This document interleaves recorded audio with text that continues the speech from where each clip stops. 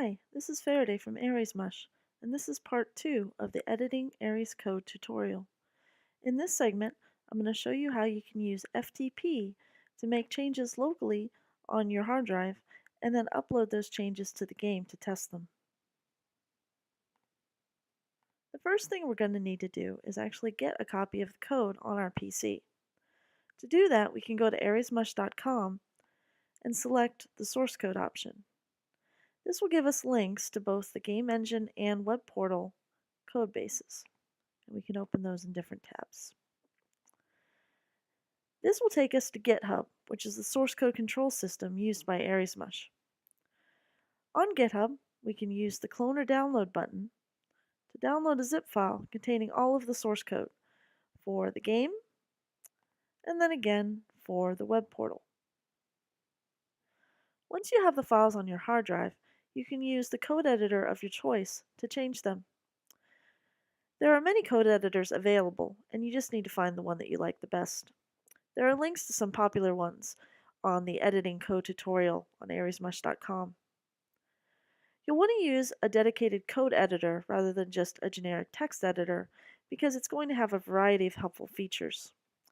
Code editors will perform syntax highlighting, which changes the color on the screen to match the type of code you're looking at, whether it's a function, a variable, a string, etc. Most code editors also allow you to have multiple files open at once, and you can switch between them at the top with tabs like you do tabs on a web browser. Code editors also commonly have a directory browsing feature built in, so you can easily switch between directories in your game code. And finally, most code editors will have a global search feature, so you can search the entire code base for references to a particular class or function.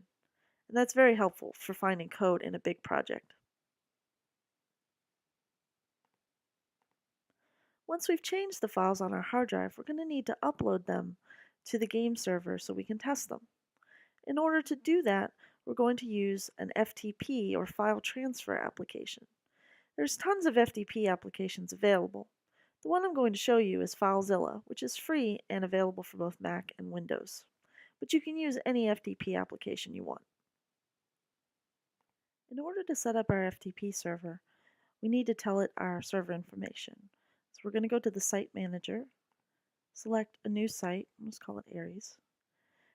It's important to pick SFTP for Secure FTP because the DigitalOcean droplets and most servers won't accept regular FTP by default anymore. Enter your server name and click Ask for Password for the login type.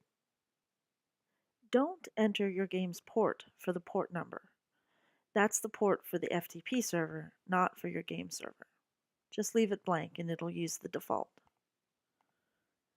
Once you've connected and given it your username and password for the server shell, you're going to see the local code on your PC on the left and the remote code on the game server on the right. Now you'll probably need to browse around to figure out where you put the Mush code when you downloaded it and bring up the right folder. And then on the remote side, you'll want to go into the Mush folder.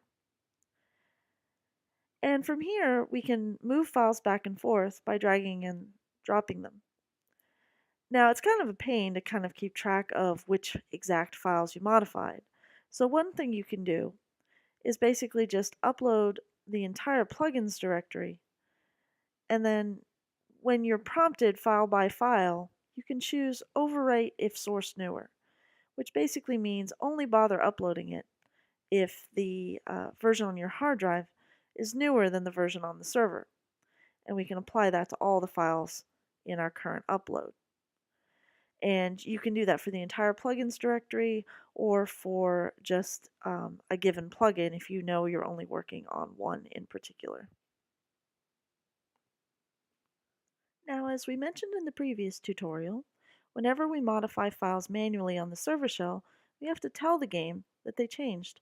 Otherwise, it'll just go on using the old code. The way we do that is the load command. Now we can load a particular plugin if we know that we only changed one of them, like load tinker. Or if we're not exactly sure what we changed, we can just do load all, and it'll reload everything.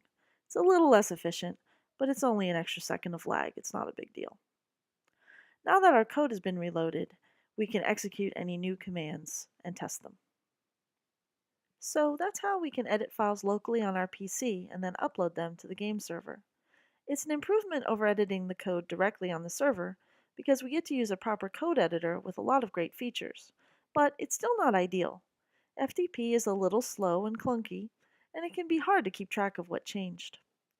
Some people will prefer the simplicity of FTP, and that's perfectly fine.